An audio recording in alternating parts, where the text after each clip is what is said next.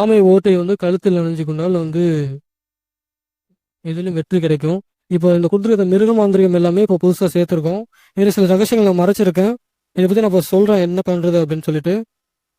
மிருக மாந்திரிகத்துக்கு மந்திரம் தேவையில்லை.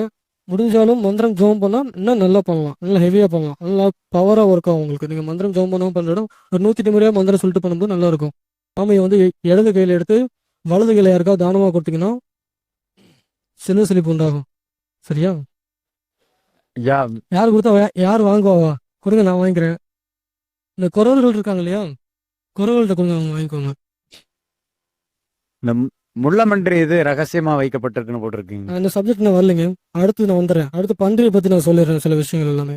பன்றியை பற்றி சில விஷயம் ரகசியமாக வச்சிருக்கு. ஏன் அப்படின்னா பன்றியை வச்சு மாந்திரிகம் பண்ணால் கெடுதலான விஷயங்கள் தான் செய்ய முடியும். அதனால அதை ரகசியமாக வச்சிருக்கேன். பன்றியை பற்றி யாராவது தெரிஞ்சுக்கணும்னா கேளுங்க. முயல் மாந்திரிகம் சொல்லுங்கவா? இல்லைங்க, அது வேணாம். அது எதுக்கு? அடுத்தவங்க குடும்பத்தை அழிக்கிறதுக்கெல்லாம் தெரிஞ்சுக்க வேணாமா? நல்லது மட்டும் தெரிஞ்சுக்கலாம்.